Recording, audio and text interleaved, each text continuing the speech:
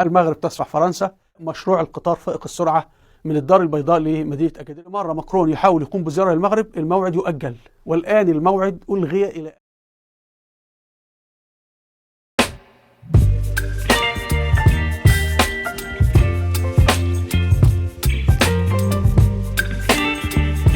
المغرب تصفح فرنسا. إلغاء زيارة الرئيس الفرنسي ماكرون للمغرب، إلغاء صفقات التسليح بين فرنسا والمغرب، إلغاء مشروع القطار فائق السرعة من الدار البيضاء لمدينة أكادير المغربية، كان ستقوم به شركة فرنسية، ستقوم به الآن شركة صينية، شطب عدد من الشركات الفرنسية في البورصة. كلها أخبار سارة وجميلة، وبإذن الله إن شاء الله نسمع الخبر الجميل والمفرح تماما، وهو إلغاء تدريس اللغة الفرنسية في المغرب تماما بإذن الله إن شاء الله. وبإذن الله إن شاء الله المشروع أيضا يستمر في الجزائر. هناك صراع فرنسي مغربي، وهناك صراع فرنسي أمريكي. أمريكا وفرنسا الآن يتحاربان في أفريقيا، وأمريكا بتساند الدول، بتساند المغرب، بتساند مالي، بتساند كل الدول التي تريد طرد فرنسا، وإحنا مستفيدين من هذا الصراع. فأهلا وسهلا بهذا الصراع، ونحن مستفيدين. إحنا بنبحث عن مصالحنا ودورنا، نحن انتهازيون. لما هم يعملوا انتهازية يقول لك إيه؟ نحن أذكياء ونحن ننتهز الفرص. لما تيجي تعملها تقول لك أنت انتفاعي. احنا انتفاعيون وانتهازيون يا أخوي. تعالوا نبدأ ونرى هذا. وفي ظل أنه فرنسا رغم أنها تمد يدها لتشحت منا أو تفرض علينا جزية وتأخذ أموالنا وتأخذ خيراتنا وتسرقنا، ثم تشتمنا في البرلمان الأوروبي، ثم ترفض الاعتراف بأن الصحراء أرض مغربية، هذه أرض المرابطين الطاهرة. تعالوا نبدأ ونرى. نبدأ من قناة الحرة الأمريكية. المغرب وفرنسا إلغاء اجتماعات مقررة وغموض بشأن زيارة ماكرون. كل مرة ماكرون يحاول يقوم بزيارة للمغرب الموعد يؤجل، والآن الموعد ألغي إلى أجل غير مسمى. كما سنقرأ في تفاصيل الأخبار، ماكرون كان سيذهب لتوقيع صفقات لشراء الأسلحة، يعني المغرب تدفع جزية يعني، ومشروعات للشركات الفرنسية.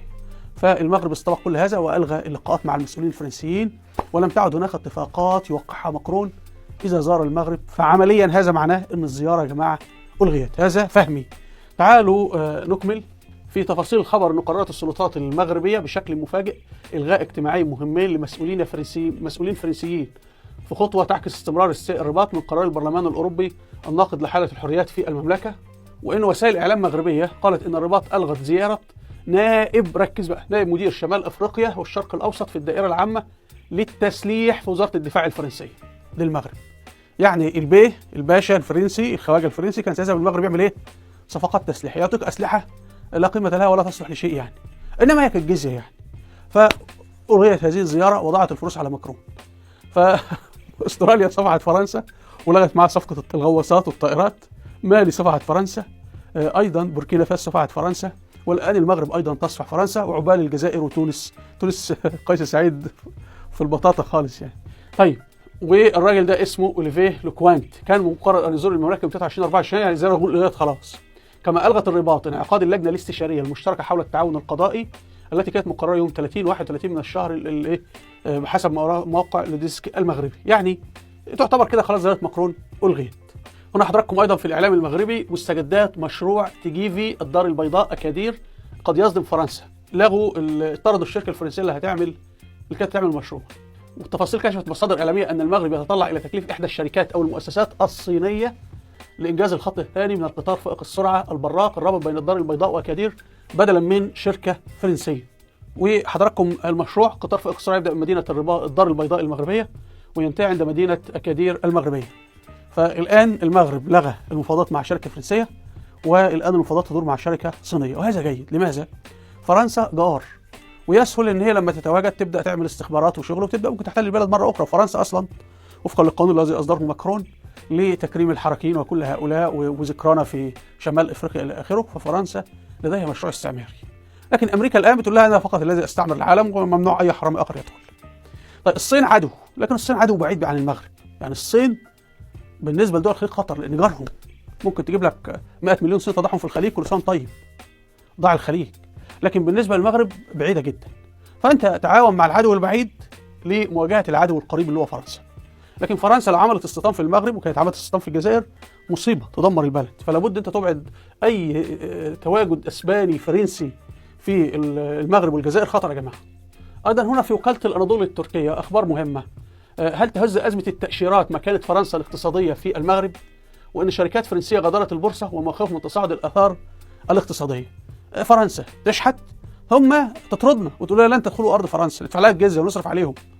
ونحن اصلا ما هم شحنوا اجدادنا المسلمين من النيجر ومن تشاد والسنغال والمغرب والجزائر وتونس، واخذونا حشو بنادق في حروبهم مع المانيا في الحرب العالميه الاولى والثانيه. ولولا وقوف المسلمين وجنود المسلمين اللي حاربوا كان زمان جنود هتلر بيغتصبوا نساء الفرنسيات حتى اليوم. فمن الذي انقذ باريس ومن الذي جعل فرنسا دوله اصلا؟ نحن المسلمين.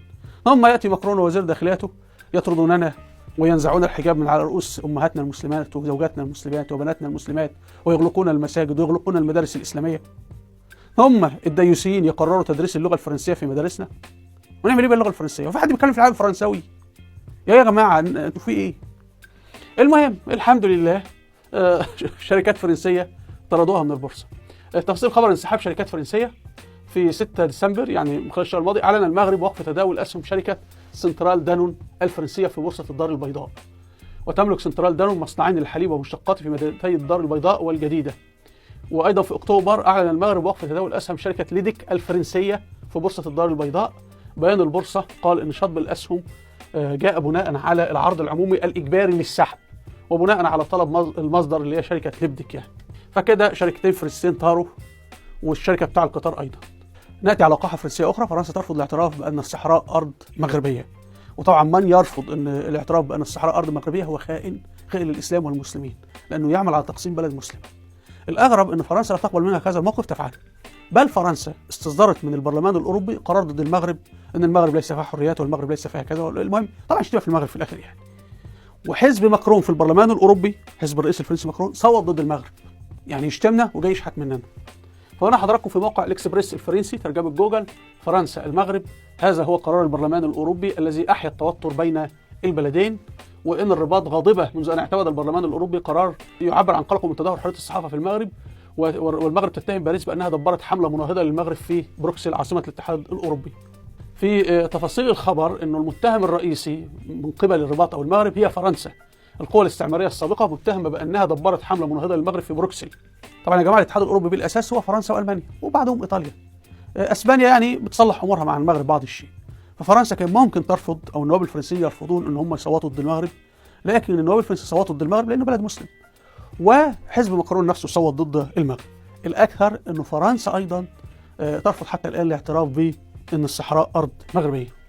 هنا في مجله جين افريكا الفرنسيه ترجمه جوجل: توترات جديده بين المغرب وفرنسا، تتكاثر الحوادث والاخطاء والخطا وسوء التفاهم بين باريس والرباط في مواجهه ما تعتبره مظاهر عدائيه من جانب فرنسا.